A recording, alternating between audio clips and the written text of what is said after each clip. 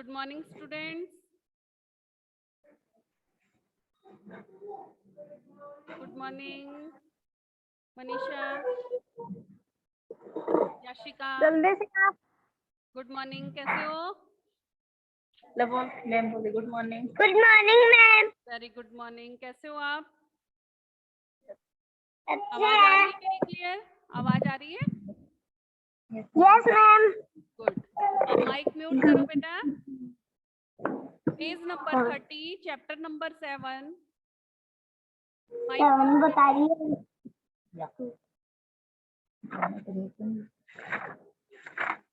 Yashika mic mute करो बेटा.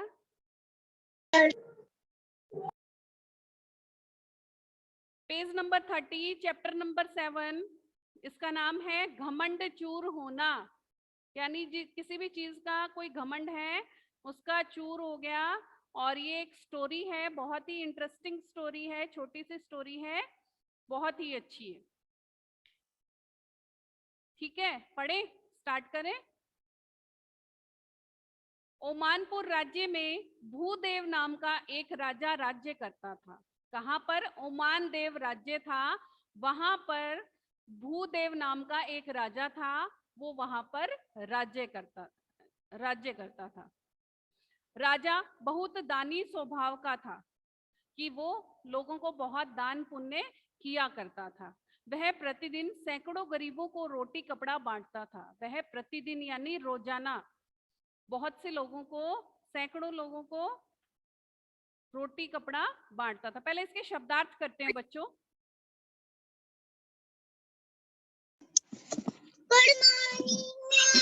Good morning. Good morning. Mic mute करो बेटा. शब्दार्थ है इसके. पहला, प्रतिदिन. माइक म्यूट करो. किसका ऑन है? रोजाना. प्रतिदिन मतलब रोजाना, हर रोज, प्रतिदिन. परिश्रम. Morning ma'am. Good morning. Good morning Shaurya. Good morning ma'am. Good morning Bhumi, Saanvi. परिश्रम यानी मेहनत. सहानुभूति.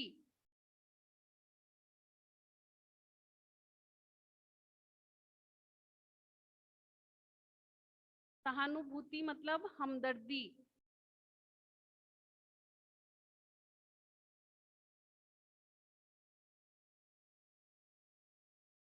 घमंड.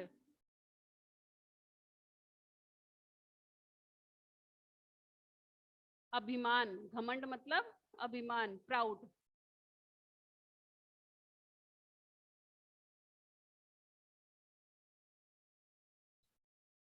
कठोर.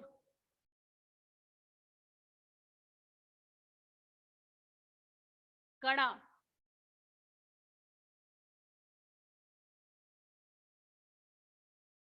उम्र, आयु. जो एज होती है उसको उम्र बोलते हैं, आयु बोलते हैं. ठीक है, ये इस पाठ के शब्दार्थ हैं. पहला है प्रतिदिन. प्रतिदिन किसको कहते हैं? रोजाना. परिश्रम, मेहनत. सहानुभूति, हमदर्दी. घमंड, अभिमान. कठोर, कड़ा. उम्र, आयु. तो ये इस पाठ के शब्दार्थ हैं. आइए वापस से स्टार्ट करते हैं. पाठ का नाम है घमंड चूर होना. यानी जो उसको प्राउड था, अभिमान था, वो चूर होना. ओमानपुर राज्य में भूदेव नाम का एक राजा राज्य करता था. ओमानपुर एक राज्य का नाम था, वहां पर भूदेव नाम का एक राजा था और वो वहां पर राज्य करता था. कहां पर? ओमानपुर में. कौन सा राजा था? भूदेव. राजा बहुत दानी स्वभाव का था. राजा का स्वभाव कैसा था? एकदम दान पुण्य करने वाला, बहुत दानी स्वभाव था. वह प्रतिदिन सैकड़ों गरीब लोगों को रोटी कपड़ा बांटता था. वह प्रतिदिन यानी हमेशा. प्रतिदिन मतलब रोजाना, रोज.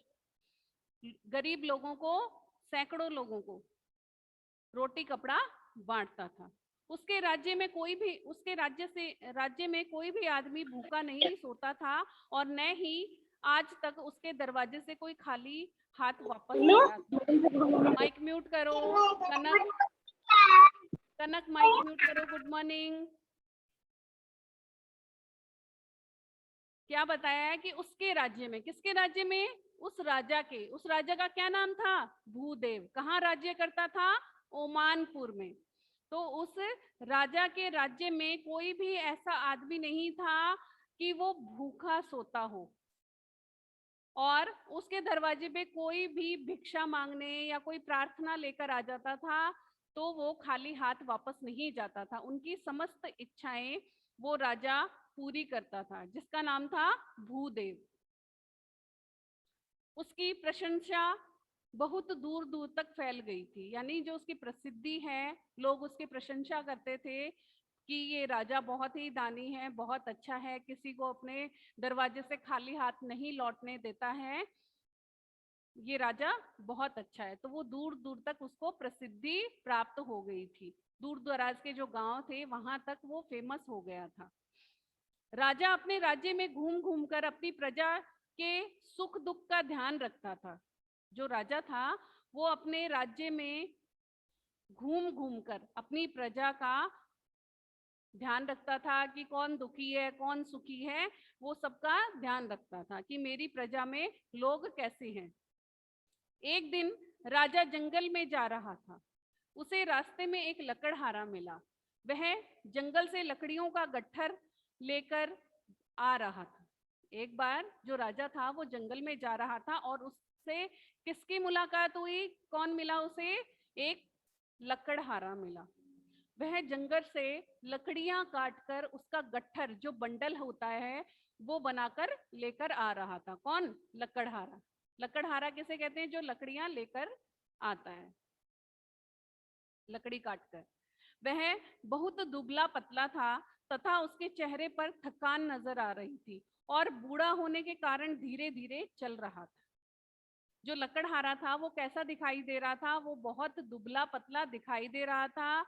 उसके चेहरे पर बहुत ही थकान हो गई थी क्योंकि वह बहुत बूढ़ा था। उसने लकड़ियां काटी, फिर उसका बंडल बनाया यानी गट्ठर बनाया और फिर उसको अपने कंधे पर लेकर या हाथों में लेकर आ रहा था। तो बूढ़े उनके होने के कारण उसको थकान ज्यादा हो रही थी और वो थकान के कारण धीरे धीरे चल रहा था। उसे देखकर राजा के मन में दया आ गई। जब उस लकड़हारे को इस दशा में देखा राजा ने, तो उस राजा को उस लकड़हारे पर दया आ गई कि इस बूढ़ी अवस्था में ये कैसे थकान से हो रहा है और ये वजन इससे उठाया नहीं जा रहा है, पसीने में हो रहा है और बहुत उसमें थकान है, हष्ट पुष्ट भी नहीं है, दुबला पतला है। तो राजा को उस पर दया आ गई। राजा ने सोचा रोटी के लिए बेचारे को कितनी मेहनत करनी पड़ती होगी। राजा के मन में विचार आया कि रोटी के लिए बेचारे को कितनी मेहनत करनी पड़ती है। रोटी यानी पेट भरने के लिए, अपने परिवार का भरण पोषण करने के लिए, उनको खाना देने के लिए इस बेचारे को कितनी मेहनत करनी पड़ती होगी। जैसा कि आप इस फोटो में देख सकते हैं, ये राजा है जो घोड़े पे चढ़ा हुआ है और पास में ही ये लकड़हारा है, इसके हाथ में लकड़ियां हैं। Page number 31। राजा अपने घोड़े से उतरकर सहानुभूति पूर्वक लकड़हारे से बोला, बाबा आप इतना कठिन परिश्रम क्यों करते हैं? राजा अपने घोड़े से उतरकर सहानुभूति पूर्वक लकड़हारे, सहानुभूति पूर्वक क्या लिखवाया मैंने यहाँ पे? हमदर्दी से। उसको बहुत अपनापन लगा, बहुत दर्द हुआ कि ये बूढ़ा होकर भी इतनी मेहनत कर रहा है। कहा कि बाबा आप इतना कठिन परिश्रम यानी इतनी कठिन मेहनत क्यों करते हो? किसने पूछा? राजा ने। किसको पूछा? लकड़हारे को। लकड़हारे ने उत्तर दिया। जब राजा ने ये प्रश्न पूछा तो लकड़हारे ने उत्तर दिया, इस पेट के खातिर मेहनत करनी पड़ती है, मेहनत नहीं करूंगा तो पेट कैसे भरेगा? लकड़हारे ने क्या जवाब दिया? उत्तर दिया कि इस पेट के खातिर, यानी सबको भूख लगती है, आपको भी लगती है, मम्मी को भी लगती है, पापा को भी लगती है, दादा दादी सबको भूख लगती है। और जब उसकी भूख कैसे शांत होगी? जब हमारे पेट में भोजन आएगा। भोजन कहाँ से आएगा? जब हमारे पास पैसे होंगे, मेहनत करेंगे, तब हमारे पास में भोजन आएगा, नहीं तो हम भूखे मर जाएंगे। तो लकड़हारे ने जवाब दिया कि इस पेट के खातिर मुझे मेहनत करनी पड़ती है, मेहनत नहीं करूंगा तो हमारा पेट कैसे भरेगा। राजा ने सोचकर कहा, हाँ बाबा, आप ठीक कह रहे हैं, परंतु सुना है कि राजा भूदेव प्रतिदिन सैकड़ों गरीब लोगों को भोजन कराते हैं। राजा ने सोच समझ के उसको जवाब दिया और कहा कि हाँ बाबा। बाबा किसको कहा? लकड़हारे को, कि आप ठीक बात कह रहे हैं, परंतु जो यहाँ का राजा है जिसका नाम भूदेव है, वो प्रतिदिन यानी रोजाना सैकड़ों गरीब लोगों को भोजन करवाता है।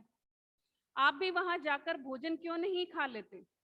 उसने उसको सजेशन दिया या सलाह दी कि वो इतने लोगों को भोजन करवाता है यहाँ का राजा, तो आप भी वहां जाकर भोजन क्यों नहीं खा लेते? आपको ना तो मेहनत करनी पड़ेगी, ना आपके थकान आएगी, आप बूढ़े हो गए हो, आपका पेट भी भर जाएगा बिना काम करे। वह तो कपड़े भी देते हैं। उसने बताया कि वो राजा तो कपड़े भी देते हैं। तब आपको इस उम्र में कठोर परिश्रम की भी तब आपको इस उम्र में कठोर परिश्रम भी नहीं करना पड़ेगा। उस राजा ने उनको कहा कि इस उम्र में, इस आयु में, इस अवस्था में आपको कड़ी मेहनत नहीं करनी पड़ेगी, आपको कपड़ा भी मिल जाएगा, भोजन भी मिल जाएगा। जो यहाँ का राजा है भूदेव, वो गरीब लोगों को भोजन भी देता है और कपड़े भी देता है। यह सुनकर लकड़हारा मुस्कुरा कर बोला। जब राजा का ये जवाब उसने सुना तो लकड़हारा थोड़ा सा मुस्कुराया और उसने कहा, क्या कहा देखते हैं।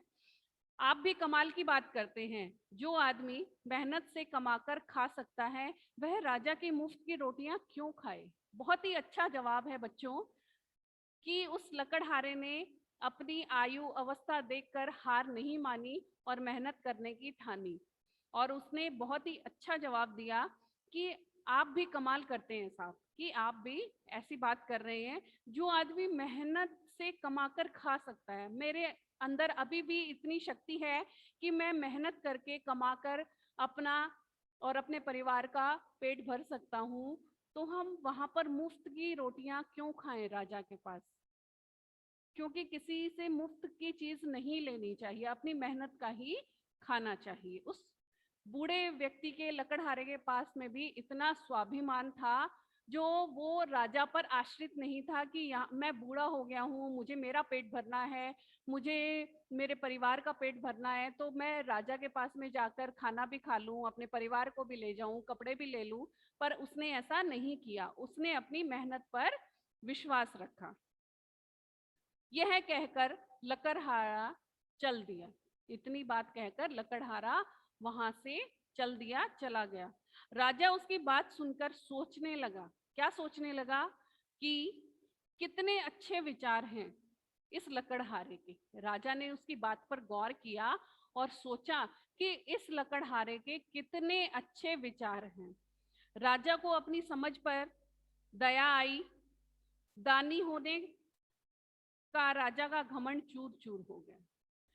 राजा को अपनी समझ पर दया आई, कि उसने समझ पे दया आई, उसने उसको सलाह दी थी ना कि यहाँ का राजा बहुत दानी है, वो गरीब लोगों को खाना खिलाता है, कपड़ा देता है, तो आप भी वहां जाकर, उसने ये जो राय दी थी उस लकड़हारे को, गरीब लकड़हारे को, उसको अपने पर ही बहुत दया आई। और जो उसको घमंड था, अभिमान था कि मैं दानी हूँ, पूरे राज्य में और आसपास के गांव में जो उसकी प्रसिद्धि फैली हुई थी कि ये राजा बहुत दानी है, लोगों को, गरीब लोगों को खाना देता है, कपड़ा देता है, जो उसका घमंड था, अभिमान था उसका, वो चूर चूर हो गया। तो इस पाठ का ये जो टॉपिक है, इसका नाम है, बिल्कुल सार्थक है, घमंड चूर होना। किसने किया उनका घमंड चूर? उस राजा का एक लकड़हारे ने, गरीब लकड़हारे ने उसका घमंड चूर कर दिया कि जब मैं मेहनत कर सकता हूं तो उस राजा की मुफ्त की रोटियां मैं क्यों खाऊं।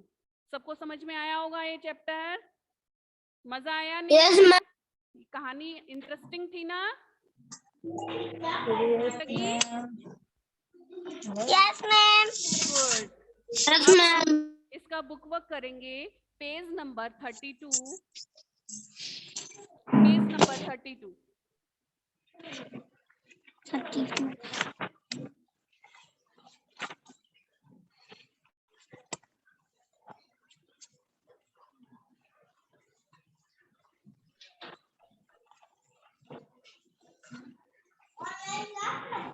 पहला प्रश्न है क का कोष्टक से सही शब्द चुनकर रिक्त स्थान भरो। ये जो राजस्थान को कोष्टक अपनी में शब्द दिए मुद्रा गए को अपनी हैं समझ इसमें से कर हमें सही शब्द चुनकर विषय सही बना। जगह लिखना है। माइक म्यूट करो।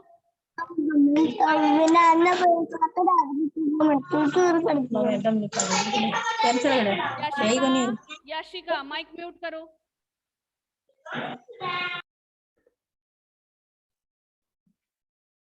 कोष्टक में से हमें सही शब्द चुनने हैं और इस ब्लैंक खाली स्थान में भरने हैं। पहला है राजा को अपनी समझ पर डैश आई। क्या आई? दया या गुस्सा? दया आई।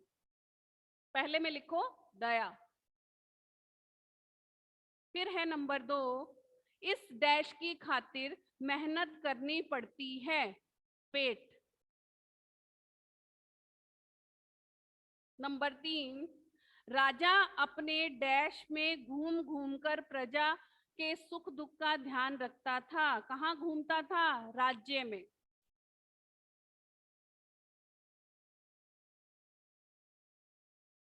राजा प्रतिदिन सैकड़ों डैश को रोटी कपड़ा बांटता था गरीबों को।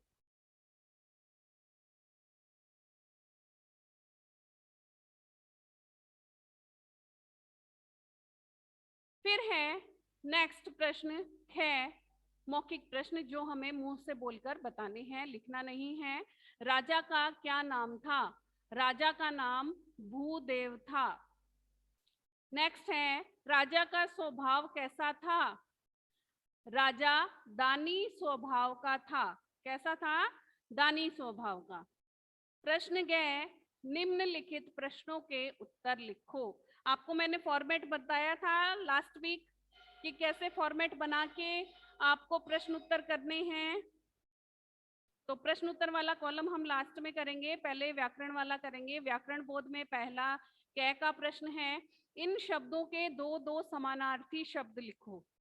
दो दो समानार्थी शब्द लिखने हैं। ये जो शब्द दिए गए हैं गरीब, बूढ़ा, मेहनत, राजा। तो पहला है गरीब। गरीब का है रंक और निर्धन।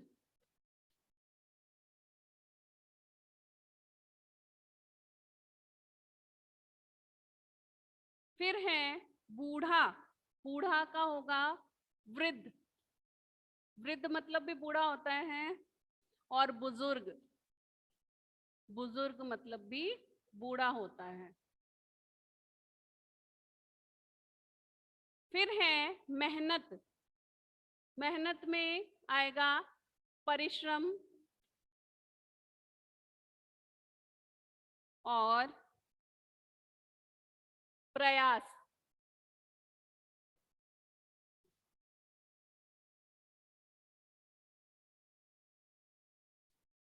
फिर है राजा। राजा का होगा भूप, भूपति।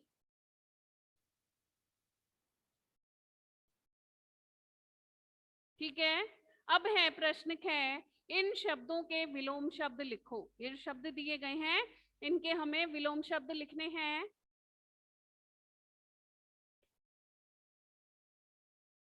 इनके हमें विलोम शब्द लिखने हैं।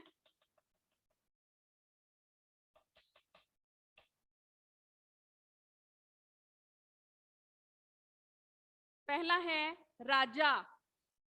राजा का क्या होगा विलोम शब्द? उल्टा, जिसका उल्टा अर्थ निकलता हो वो राजा। रंक, खाली, भरा। फिर है बहुत, थोड़ा, कठोर, मृदुल या नर्म। मृदुल या नर्म। फिर है एक, अनेक,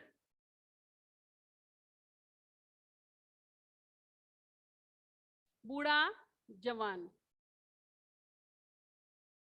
तो ये इस चैप्टर का बुक वर्क हो गया है।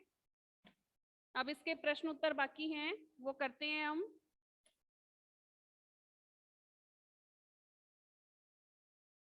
जैसे मैंने फॉर्मेट बताया था, सभी बच्चे जब नया चैप्टर स्टार्ट करते हैं तब वैसे ही लिखोगे आप, फॉर्मेट बना के, जिससे समझ में आए कि कौन सा चैप्टर है, चैप्टर का नाम क्या है, क्या लिख रहे हो आप, शब्दार्थ की प्रश्न उत्तर हर चैप्टर में बनाना है वो आपको। तो पहला है, लकड़हारा धीरे धीरे क्यों चल रहा था। तो इसका हम डायरेक्ट उत्तर ही लिखेंगे, आपको प्रश्न उत्तर दोनों लिखने हैं। मैं यहाँ पे सिर्फ उत्तर ही लिख रही हूँ।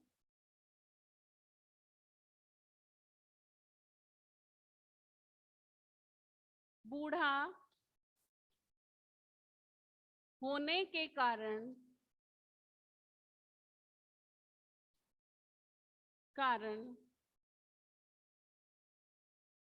लकड़हारा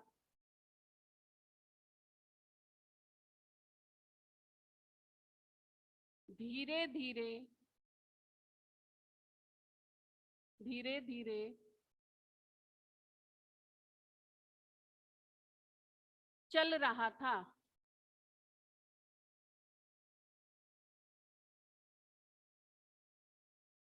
ठीक है, फिर है, आप लाइन खींच दोगे, आपका आंसर कंप्लीट हो गया। अब है नेक्स्ट उत्तर नंबर 2।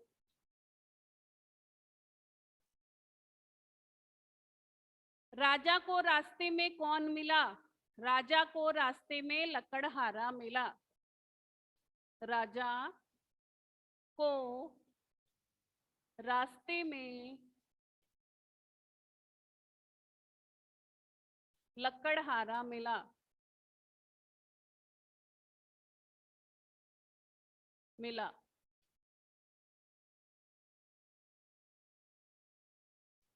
आंसर कंप्लीट हो गया। लाइन खींचोगे वापस से, और फिर है उत्तर नंबर 3।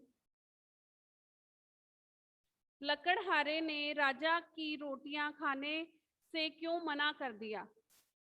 क्यों मना कर दिया था? क्योंकि लकड़हारा मेहनत पर विश्वास रखता था। क्योंकि लकड़हारा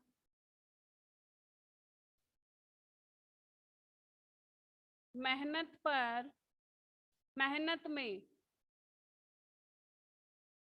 में विश्वास रखता था।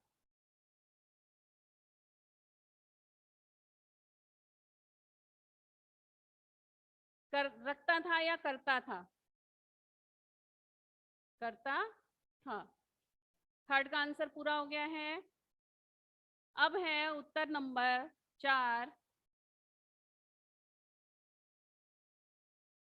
राजा को किस बात का घमंड था?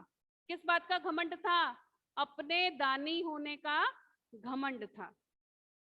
राजा को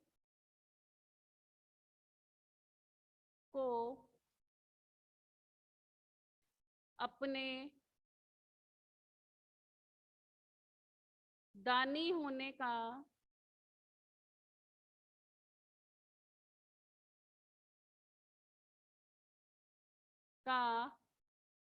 घमंड था।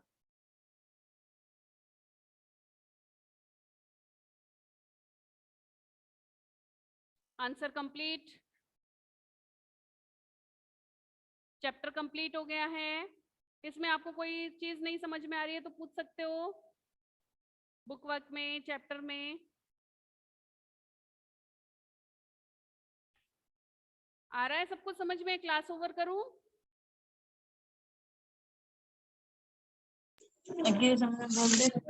Yes ma'am. ओके बेटा।